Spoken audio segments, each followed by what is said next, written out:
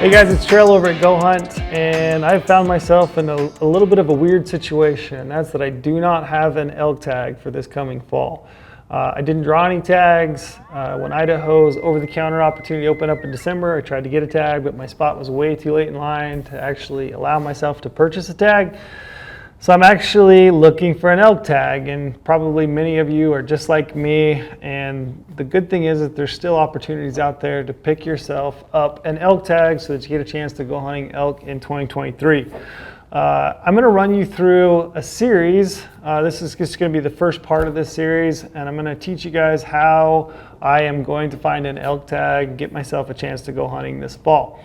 So with that, the first step for me is to open up my Insider account. As well as working here at GOHUNT, I use our Insider all the time. So first step, you open that. My next step is to click on Filtering 2.0. Over here on the right side of the page, you can see the various states that I might want to research and explore. Of those, I can kind of scroll down and see some of the opportunities. You know, Colorado I know is a great elk state. You know, Utah's a great elk state. Wyoming, there's a bunch of elk states, but for those, I'm going to start to explore. Right at the top of the page, I'm going to click on Colorado. So I've got Colorado. My next step, scroll down here on the right portion. You can see elk is the species, so I'm going to click on elk. And here it's going to open up the map with an interactive options. I can click on individual units as those populate. So you can see as Colorado opens up, I've got the interactive map with all the elk units in the state. Here in this middle column, I've got a list of all the various units, including a bunch of information that's going to help me research. And then on the right side, I've got the filters that are built into our Filtering 2.0 system. My first thing that I do is I like to scroll down to the select season, and I hit that drop down menu. I'm going to see the available seasons to me, and if there is an over-the-counter season option, it's going to indicate that right here. So I can see I've got archery over the counter, I've got second rifle over the counter, third rifle over the counter, so I know right off the top that there are over-the-counter options to hunt elk in Colorado. So I'm primarily a bow hunter. I'm going to click on archery over the counter, and my map is going to update and show me just the units where over-the-counter elk hunting is available to me. From there, I can explore the other options within Filtering 2.0. So I typically start with harvest success. I can drag this over. As I drag this harvest success over, it's going to start to populate the map, and it's going to give me an indication of what units have had the highest harvest success. I can also explore things like public land. So as I drag this public land filter over, I can start to see the options available to me that have more public land, which is important. I'm just a DIY elk hunter, and I want to have the opportunity to hunt public land. So that's a really good filter for me. Another filter that I use here at the top, not all the time, but in some cases I do, is the trophy potential filter. So as I drag this over, I can start to see the units where there is potentially more trophy potential. So that took me, maybe 10 seconds, and I've already reduced this down to maybe 6 or 7 units that the harvest success was better, the trophy potential is a little bit better, it's 285 inches plus, and I know it has a good portion of public land to hunt.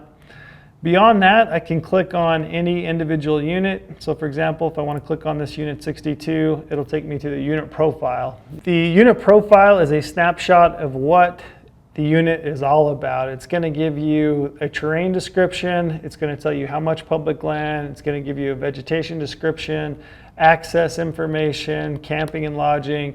You're going to be able to see some historical temperatures month by month. So if you're planning a late season hunt, that's particularly important because you might want to see how cold it's going to be or how warm it's going to be. As you scroll down through the bottom, you'll see the trophy potential, you'll see the bull to cow ratio, you'll see the number of hunters surveyed for 5 years, which is important. That's going to give you an idea on how much hunting pressure there might be in any given unit. And you're also going to see 5 years of harvest statistics. So it's important that you look at trends. You might have 1 year where the year was really good and harvest percentage was really good.